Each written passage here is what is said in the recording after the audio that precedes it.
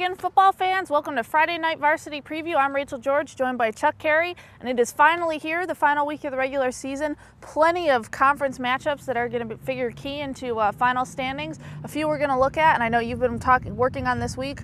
Wallace Hill at James Keenan. The Bulldogs can clinch a sole possession of the Tri-County title. What are they doing this week to do that? Well, I understand they've had great practices and all, and that I think it's the big game with James Keenan whom they're playing. I think Wallace Hill will really be ready, and I expect them to be clicking on all cylinders this game.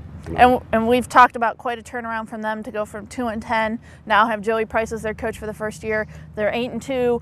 Can't, at least have a share of it, have the top playoff seed, all that stuff. So certainly a great year for the Bulldogs. Yes, and because of the way that the playoff system works, they'll be able to drop a game since they're playing 11. So win Friday night and they can go in 9-1 and set themselves up for a possible #1 overall seed, which means that opponents may have to come and play in the dog pound. Yeah, that's right.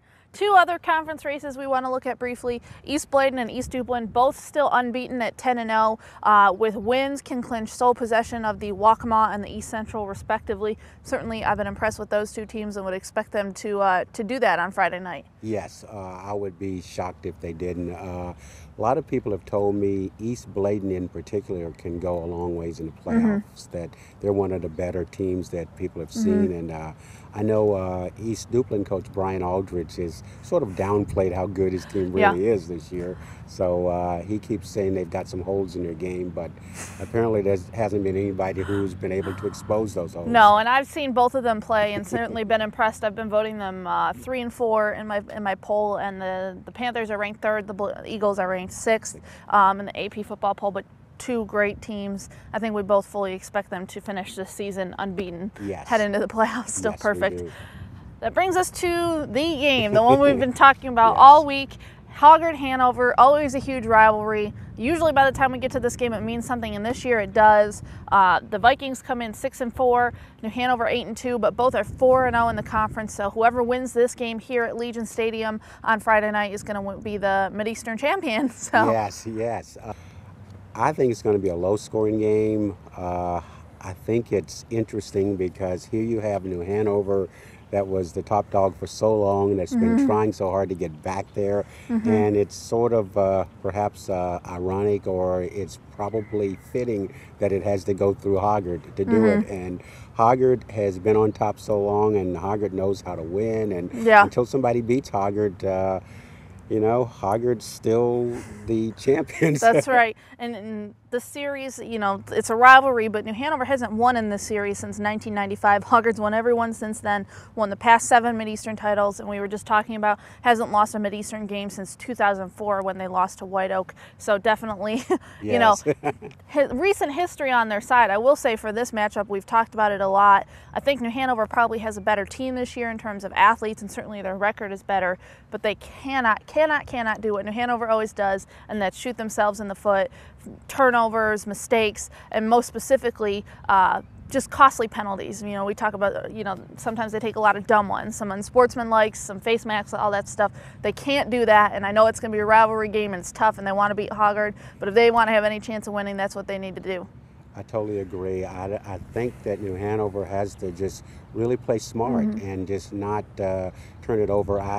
I pretty much expect New Hanover to be conservative, although I think both teams are going to have something up their sleeves. I think you may see like some gadget plays, probably less from New Hanover, but I wouldn't be surprised if Hoggard throws something at New Hanover they haven't seen before. I think we always end up with that in Hoggard, Hanover. Well, like every other game, that's on Friday. We will go through the schedule for the final week here. As we mentioned, Hoggard is here at Legion Stadium to play New Hanover. Also in the Mid-Eastern, Laney is at Ashley. The Bucks trying to not go winless on the season. They're 0-10 right now. Rose is at New Bern. In the Waccamaw, as we mentioned, East Bladen is at North Brunswick. The Scorpions, a hot team, trying to go for their 4th win in a row, so we'll see how that goes. Whiteville is at South Brunswick. West Brunswick is at South Columbus.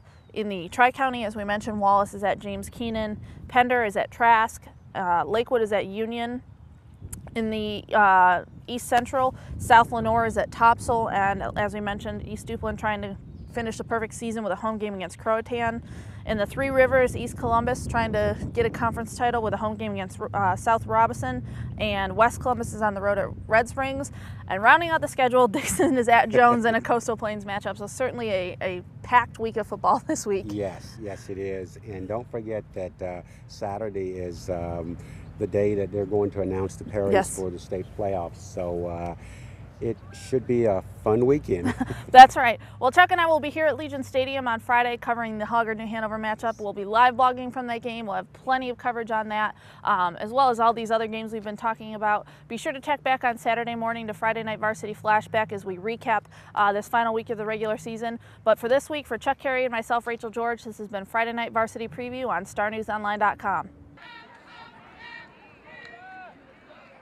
Number 8 on the carry for the Bulldogs, and he's still playing.